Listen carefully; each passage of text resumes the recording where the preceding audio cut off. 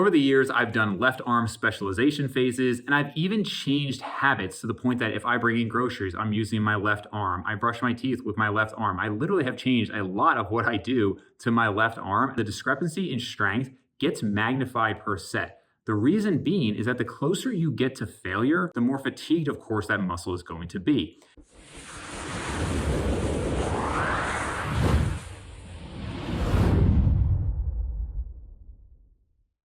What's up, guys? So today we are going to talk about kind of two topics. One is right versus left side asymmetries, and two is the topic of training to failure. So if you follow me on Instagram, you can follow me there, just Dave_McConey. You'll see a recent post I made about how my left arm and right arm have always had a discrepancy. And that discrepancy has varied slightly over the years, but for the most part, it is always 1/4 to 1/2 inch difference. And that is since I was 14 years old and started lifting. It has always been the case.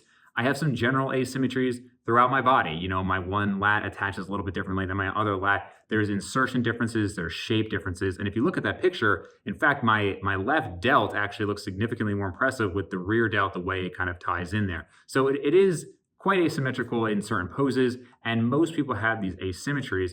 But even if it's simply a size asymmetry, my experience is that is very difficult to actually change. And so I want to go into that a little bit further here today. Over the years, I've done left arm specialization phases, and I've even changed habits to the point that if I bring in groceries, I'm using my left arm. If I'm just doing general tasks, I'm using my left arm. I brush my teeth with my left arm. I literally have changed a lot of what I do to my left arm. And I can tell you, it really just never made a difference, but now I'm just kind of used to it. So in a sense, I've become ambidextrous that way. At most, if I've done a purely left arm specialization phase, maybe from some inflammation and some kind of perma pump, I get a little bit closer, but as I get back to normal training, that discrepancy comes right back. Now in the enhanced world, you get into some people who use either, like site enhancement or different peptides in a certain muscle group.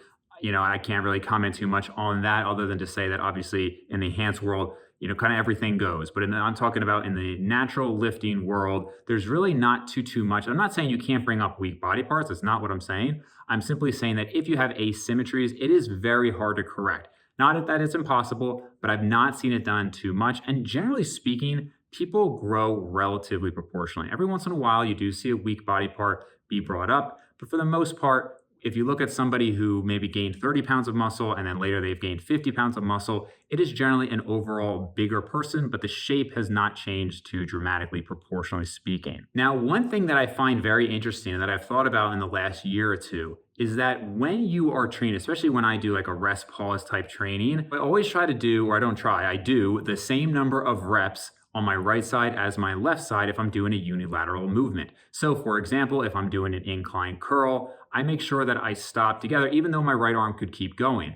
And what you'll see is if you have a rest pause set where let's say you're doing 15 and then you rest 30 seconds and then maybe you get 6, you rest 30 seconds, maybe you get 4. In that situation, the discrepancy in strength gets magnified per set. The reason being is that the closer you get to failure, the more fatigued, of course, that muscle is going to be. And so in this example, let's say I got 15 on the left, I stop 15 on the right. Well, the left side just went to failure. So it is going to be way more fatigued than the right side that maybe had 2 reps in the tank. So now I go to the next set and I've done 6 reps on the left side, again, to failure. But now my right side was even more fresh. So now that might be 3 reps in reserve.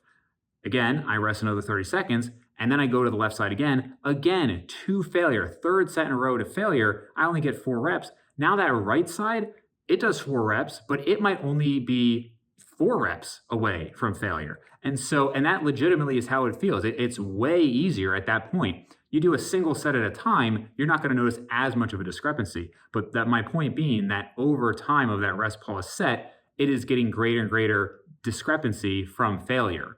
And so why am I bringing that up? I'm bringing that up because there's this whole debate about, do we need to train to failure? Should we avoid failure? Should we train everything 3 to 5 RAR? My general opinion is that training to failure is important to do at times, and it's an important skill to be able to have. However, I used to train every single set to failure, and because I do generally lower volume, I do train most sets close to failure, if not to failure. So I just think it's important to note because when I actually do unilateral training, which I do for most of my upper body workouts, what I'll see is that the right arm tends to have a few reps in reserve.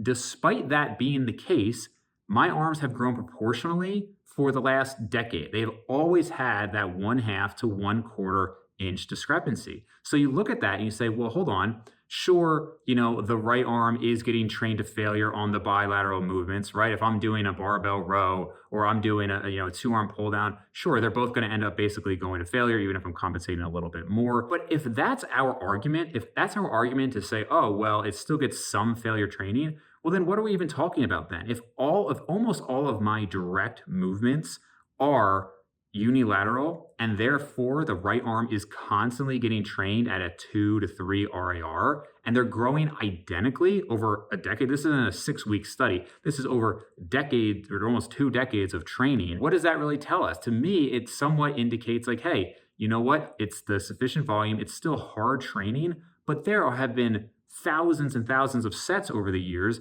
that the left arm has done to failure, that the right arm was actually significantly farther away from failure. And again, this isn't like somebody who does a ton of volume where I'm doing all this junk volume where, hey, you know what? Maybe it's just because you're doing 30 sets a week, so it kind of doesn't matter. I've consistently done 6 to 12 hard sets per week per body part for, again, probably the last 10 years. I usually do not go over that other than maybe a random specialization phase here and there. So we're talking a long period of time where the left side has gotten far more failure sets for the unilateral movements. And yet again, they've grown completely proportionally. And that's kind of interesting for me to even think about because I would have thought that more training to failure would have mattered. But we have a lot of studies, and I'll include the studies in here.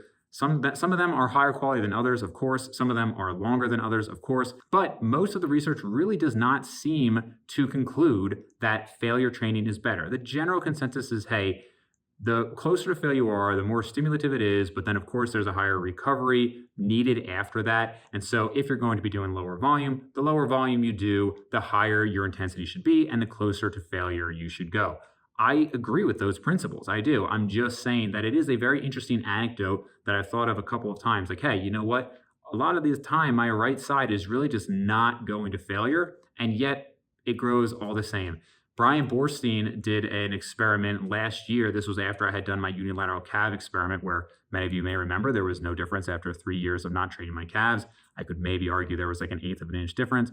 Brian did this with his arms, and his left arm, his weaker arm, he ended up training, far more. I don't think there was any direct volume for his more dominant side, if I'm remembering correctly.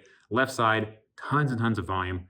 Ended up not making a difference. Now, again, Brian and I have both been training for close to 20 years, so that might be different than somebody who's a beginner. So I'm definitely not saying don't train your arms. I'm definitely not saying to not bring up weak body parts, and I'm not saying to not train to failure, but I thought this was a very interesting anecdote that I've not really seen anybody mention, because I even know some people who they train their stronger arm to failure. They'll just go another rep or two with their stronger arm, which I find a little odd. I would want to keep it proportional. But in any case, just an interesting anecdote. I'd be interested to hear what you guys think about this below. And if you have significant asymmetries, whether it's in shape or size, have you done anything with your training that has been able to make a significant difference there? Not just brought everything up together, but actually made a significant difference either in a weak body part or a weak side. So anyway, guys, that is it for today. Just a little anecdote. Let me know what you think of the video. Comment down below, subscribe for more, and I will see you next time.